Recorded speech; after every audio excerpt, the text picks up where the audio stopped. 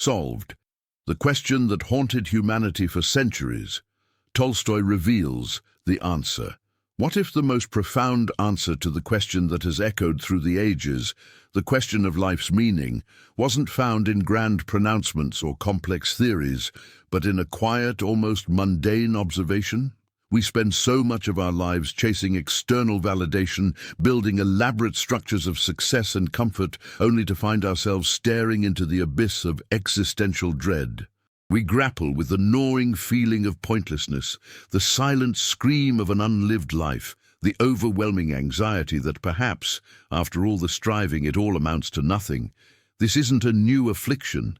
It's a shadow that has followed humanity since consciousness first dawned. We see it in the ancient myths, the philosophical debates, the artistic expressions that grapple with mortality, purpose, and the sheer absurdity of existence. Yet in our modern, hyper-connected world, this question seems to have been amplified, distorted, and often buried beneath a deluge of distractions. We are bombarded with curated realities, instant gratification, and the relentless pressure to be something, achieve something, have something. But what if the very pursuit of these external markers of success is a misdirection, a sophisticated form of denial that keeps us from the true source of meaning? What if the answer lies not in conquering the world, but in understanding our place within it, and more importantly, within ourselves? This script embarks on a journey to unearth that profound, yet often overlooked answer.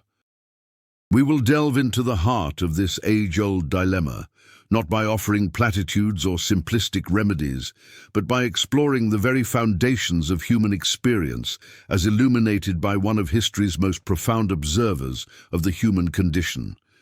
Leo Tolstoy, a titan of literature and a seeker of truth, found himself wrestling with this very question in the latter half of his life. After achieving immense literary fame and living a life of privilege, he experienced a profound crisis, a deep despair that threatened to consume him.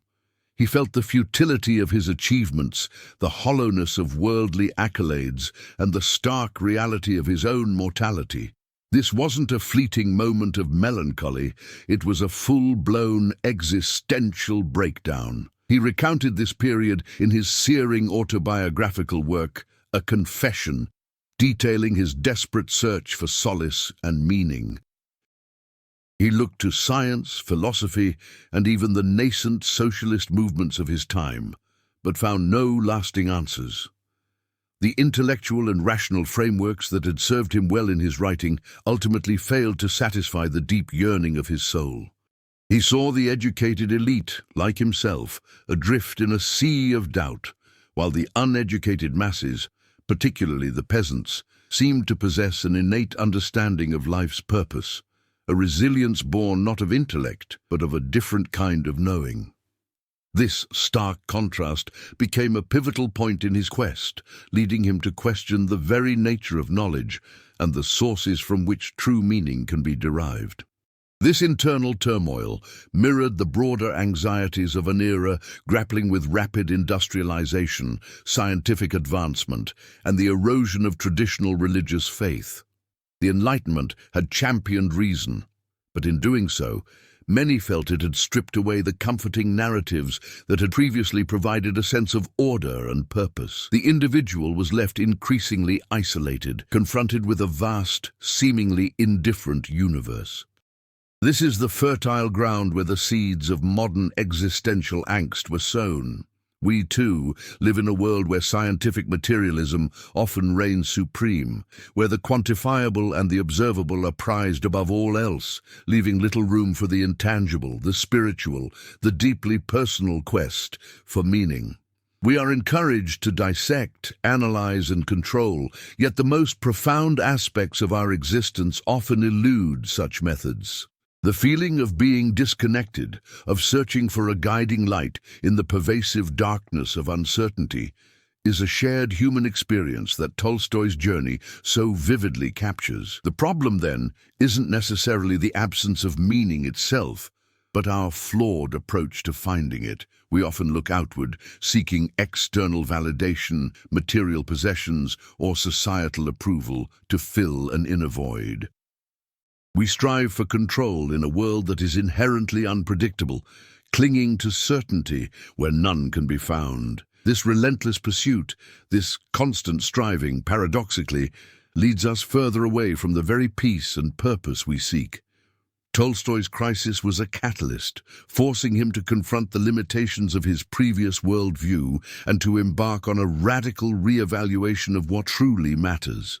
His story is not just a historical account.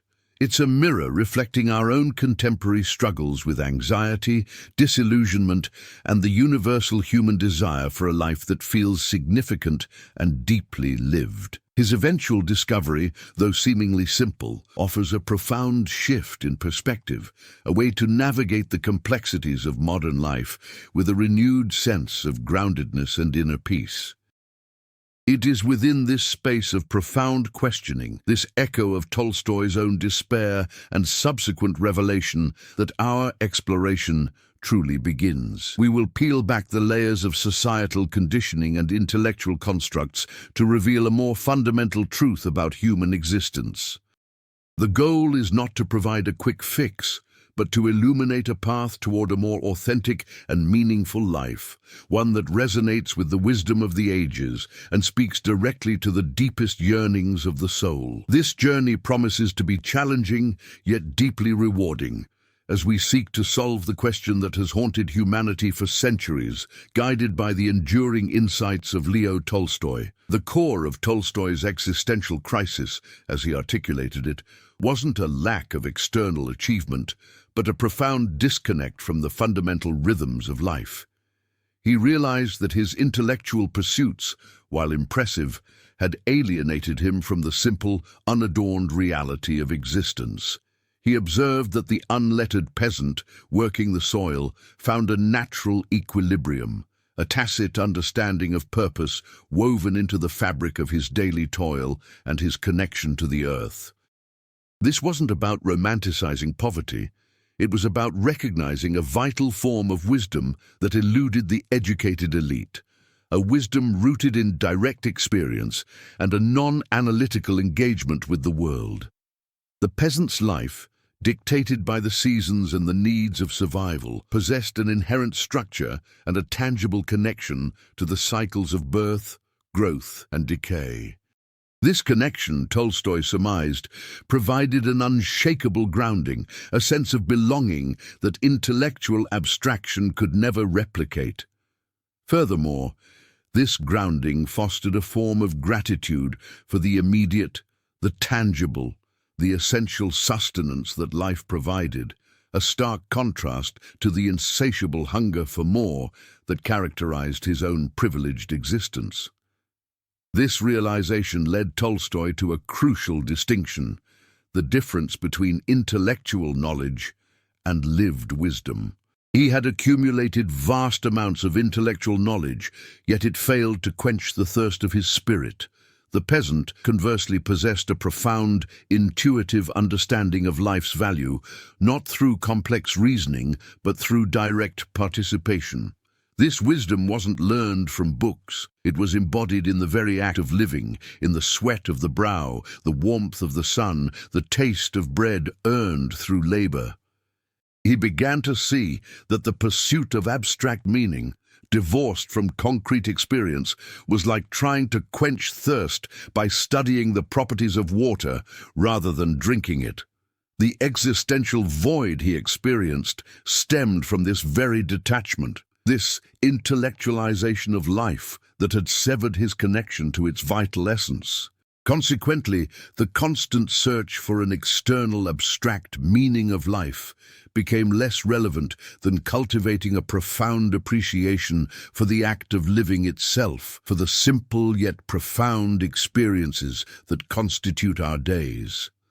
Consequently, Tolstoy began to integrate this newfound perspective into his own life, however imperfectly. He simplified his lifestyle, embracing manual labor, and sought to live in greater harmony with the natural world. He found a nascent sense of peace not in dissecting the universe, but in participating in its unfolding.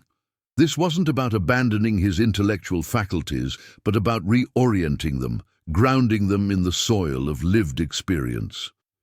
He recognized that true fulfillment wasn't about finding a grand overarching purpose that explained everything, but about discovering the inherent value in each moment, in each act of service, in each genuine connection. This shift in focus offered a powerful antidote to the paralyzing anxieties that had plagued him, suggesting that meaning isn't a destination to be reached, but a way of traveling, a conscious engagement with the present journey. Consider how this applies when you face the overwhelming urge to analyze every aspect of your life, to dissect every decision, to find a definitive why behind every feeling. Instead of getting lost in the labyrinth of abstract thought, try grounding yourself in the immediate reality of your actions.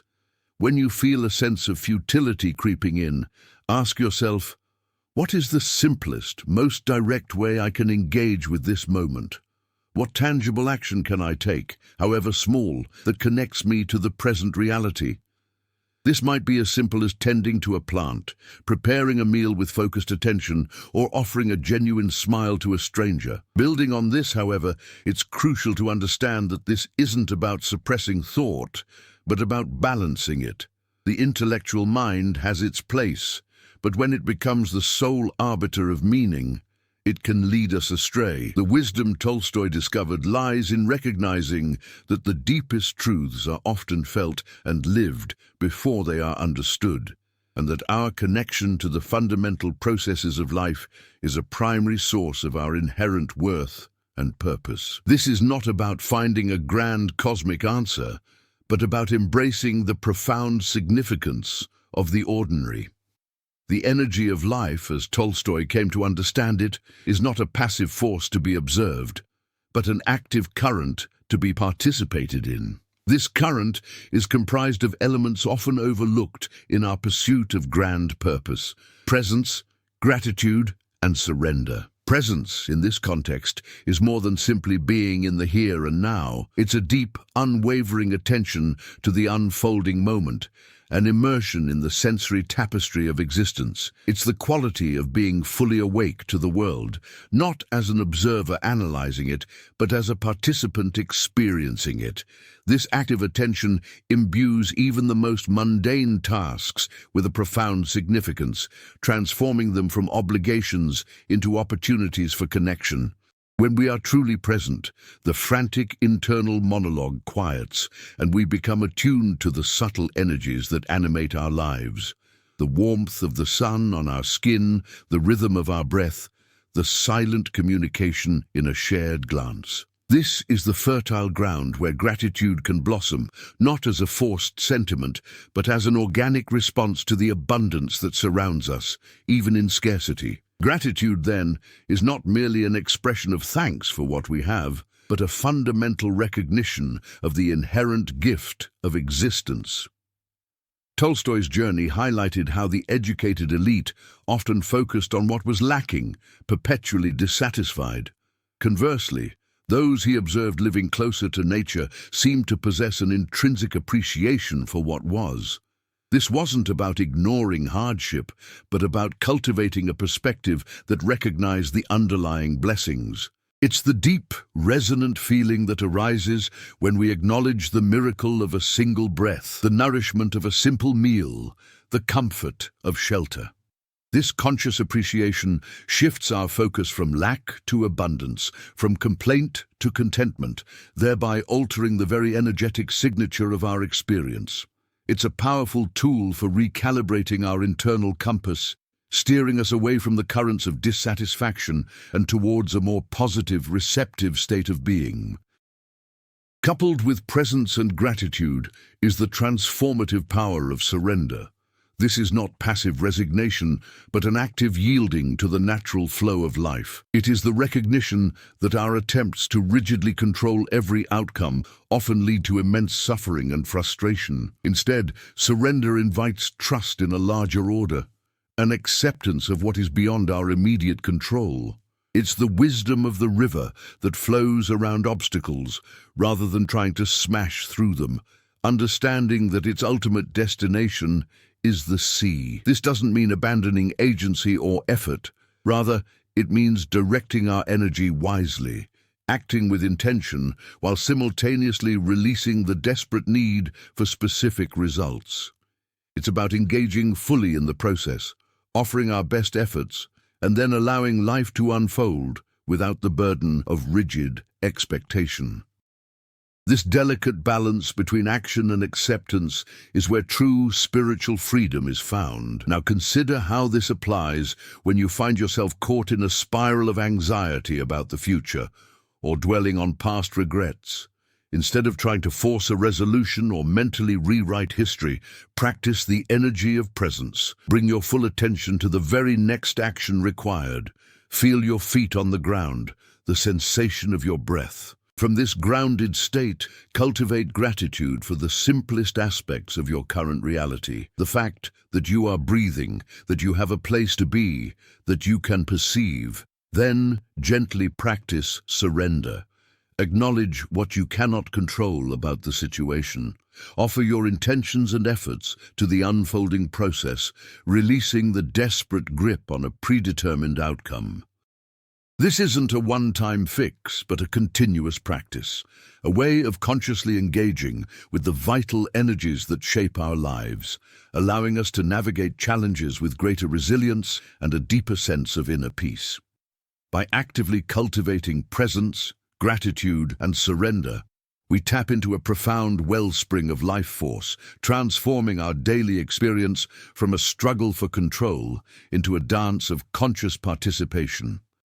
This energetic shift is not a philosophical abstraction, but a tangible transformation that begins to permeate every aspect of our being, guiding us towards a more fulfilling and purposeful existence. The path toward healing and surrender, as illuminated by Tolstoy's radical introspection, involves a profound re-evaluation of our relationship with suffering and the illusion of absolute control. When we are battered by life's inevitable storms, loss, disappointment, betrayal, our initial instinct is often to resist, to fortify ourselves against the perceived onslaught. This resistance, however, can become a cage, trapping us in cycles of emotional pain and spiritual fatigue. Tolstoy's own descent into despair was fueled not just by external circumstances, but by his internal battle against the perceived meaninglessness of his suffering. He sought to intellectually conquer his anguish, to find a rational explanation that would neutralize its sting, but this approach only intensified his torment. True healing, he discovered, began not with the annihilation of pain, but with a willingness to embrace its presence, to acknowledge its reality without letting it define us.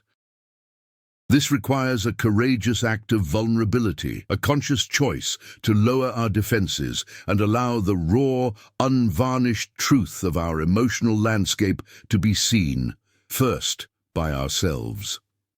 Building on this, the concept of spiritual fatigue is not merely a state of exhaustion, it's a symptom of a deeper disconnect. It arises when our internal compass, accustomed to navigating by the stars of certainty and control, finds itself adrift in the fog of the unknown. We become weary, not from exertion, but from the constant draining effort of maintaining an illusion. The illusion that we can or should dictate the terms of our existence, that we can shield ourselves entirely from the sting of vulnerability. Tolstoy's journey underscores that this fatigue is often a signal from our deeper selves, urging us to release the exhausting burden of omnipotence. It's an invitation to recognize our inherent finitude, our place within a larger, far more complex tapestry of existence where our individual will is but one thread among countless others. This realization can be initially unsettling, even frightening, as it challenges our deeply ingrained need for agency. Consequently, the practice of surrender emerges not as an act of defeat, but as an act of profound wisdom and liberation. It is the conscious decision to cease wrestling with the unchangeable, to release the desperate grip on outcomes that are beyond our purview. Think of a seasoned sailor who, facing a tempest, does not fight the waves head-on in a futile attempt to command the ocean. Instead, they adjust their sails, steer with skill, and trust in the resilience of their vessel and their own capacity to navigate. This is surrender in action, active engagement coupled with an acceptance of the sea's power. It's about channeling our energy into what we can influence, our responses, our attitudes, our immediate actions, while relinquishing the anxious need to control the uncontrollable. This does not imply passivity. Rather, it signifies a strategic redirection of energy, from the exhausting battle against reality to the constructive work of adapting and flowing with it. Furthermore, this process of healing and surrender is intrinsically linked to a renewed trust in the unfolding of life itself. When we are steeped in anxiety, our perception narrows, focusing solely on the immediate threat or perceived failure. This limited vision blinds us to the inherent resilience of the human spirit and the subtle ways in which life often course corrects. Tolstoy's eventual peace was found not in eradicating his suffering, but in understanding its transient nature and its role in his spiritual evolution. He learned to trust that even in the darkest moments, life possessed an intrinsic tendency towards restoration, much like a forest that, after a fire, begins to regenerate with new growth. This trust is cultivated through repeated experiences of navigating difficulty and emerging not unscathed, perhaps, but wiser and more whole. It requires a deliberate practice of looking for the lessons within hardship, for the unexpected seeds of growth that often lie dormant within apparent devastation. Now consider how this applies when you find yourself feeling overwhelmed by a situation you cannot change, or when a sense of deep emotional weariness descends. Instead of intensifying your resistance or succumbing to despair, try to consciously acknowledge the feeling without judgment. Ask yourself, where am I expending energy trying to control what is inherently uncontrollable? Then, with gentle intention, practice releasing that grip. This might involve a simple physical act, like unclasping your hands, or a mental reframing, like saying to yourself, I offer this struggle to the unfolding. Cultivate a quiet trust that even in this moment of difficulty, there is a natural flow, a potential for healing and renewal that exists beyond your immediate perception. This practice of embracing vulnerability, releasing the illusion of absolute control, and fostering trust in life's inherent resilience is the cornerstone of profound spiritual restoration, moving us beyond mere endurance towards genuine transformation. As we stand at the precipice of our exploration, a subtle yet profound shift begins to permeate our understanding. The fragmented pieces of our inquiry, like scattered constellations, now begin to coalesce into a discernible pattern, hinting at a grander celestial design. The persistent echoes of existential questioning, the deep wellsprings of our inner world, the vibrant energies that animate our journey, and the courageous embrace of vulnerability. All these threads, once distinct, now weave together with an undeniable synergy. It is as if a gentle tide, having carried us across diverse shores of thought and feeling, now recedes, revealing the intricate, interconnected seabed beneath. Our perception, once focused on the distant horizon of answers, now turns inward, drawn by the subtle currents of present awareness and the quiet strength found in yielding. Reflecting on this journey so far, we can sense a palpable movement away from the exhausting pursuit of external validation and towards an internal cultivation of being.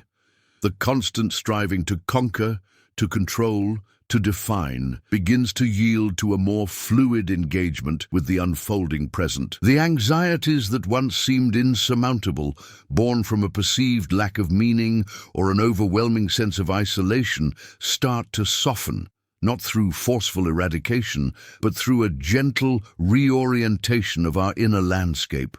It is akin to a gardener who, after years of trying to force a stubborn seed to sprout through sheer will, finally understands that true growth comes from nurturing the soil, providing the right conditions, and trusting the inherent life force within. This burgeoning understanding suggests that the most potent transformations arise not from grand pronouncements or external mandates, but from a quiet, consistent tending to our inner world. In light of these converging insights, the path forward, leading us towards our final reflection, becomes clearer. It is a path that invites us to integrate the wisdom gleaned from our inner explorations into the very fabric of our daily existence. The profound realization dawns that meaning is not a static destination to be discovered, but a dynamic process of conscious engagement, a continuous unfolding that is accessible in every breath, every interaction, every moment of quiet presence. As we pivot towards this final stage, we carry with us the understanding that the resolution to humanity's age-old questions may not lie in a singular definitive answer, but in the cultivation of a particular way of being in the world, a way that is grounded, grateful, and gracefully surrendered to the mystery of life itself. The cumulative effect of our journey has been to shift our gaze from the abstract to the embodied, from the elusive to the immanent, preparing us for a concluding insight that resonates with the profound simplicity of lived truth. The culmination of our shared journey whispers a profound truth, not as a final destination, but as a gentle unfolding into a new way of living. We began by tracing the ancient human ache for meaning, a quest that has led countless souls through labyrinthine philosophies and the stark realities of existential despair. Leo Tolstoy's own profound crisis served as our compass, guiding us away from the seductive allure of intellectual abstraction and towards the fertile ground of lived experience. What emerged was not a grand, singular answer etched in stone, but a revelation woven into the very fabric of our daily existence. That meaning is not a prize to be won, but a presence to be cultivated. It is found not in the accumulation of external accolades or the relentless pursuit of control, but in the quiet art of being fully present, deeply grateful, and courageously surrendered to the magnificent, unpredictable flow of life. This profound shift in perspective invites us to shed the exhausting armor of absolute certainty and embrace the liberating grace of uncertainty. The persistent hum of anxiety that often accompanies our modern lives stems from a deep-seated illusion, the belief that we can and should orchestrate every aspect of our reality. Yet, as we have explored, true spiritual vitality arises when we release this arduous burden. It is in the willingness to soften our grip, to allow the currents of life to carry us, not passively, but with mindful intention, that we discover an unshakable inner resilience. Healing, then, is not the eradication of pain or struggle, but the transformation of our relationship with them, recognizing their potential as catalysts for growth and deeper understanding. This is the essence of surrender, an active, conscious yielding that opens us to the restorative energies of existence, allowing us to navigate life's inevitable challenges with newfound wisdom and an enduring sense of peace. The journey has led us from the abstract to the embodied, from the intellectual to the intuitive. We have seen how the vibrant energies of presence, gratitude, and surrender are not mere philosophical concepts, but potent forces that can reshape our experience of reality. By consciously choosing to anchor ourselves in the present moment, to cultivate a deep appreciation for the simple gifts of existence, and to release the anxious need for control, we begin to tap into a wellspring of purpose that is both deeply personal and universally resonant. This is not about finding a hidden meaning out there, but about awakening to the inherent meaning that already exists within and around us. It is a continuous practice, a daily recommitment to living with an open heart and a discerning mind, allowing the profound wisdom of our inner lives to guide our outward actions. The true practice begins now, in the quiet moments between breaths, in the gentle unfolding of each new day, inviting us to live with a sacred attention that transforms the ordinary into the extraordinary.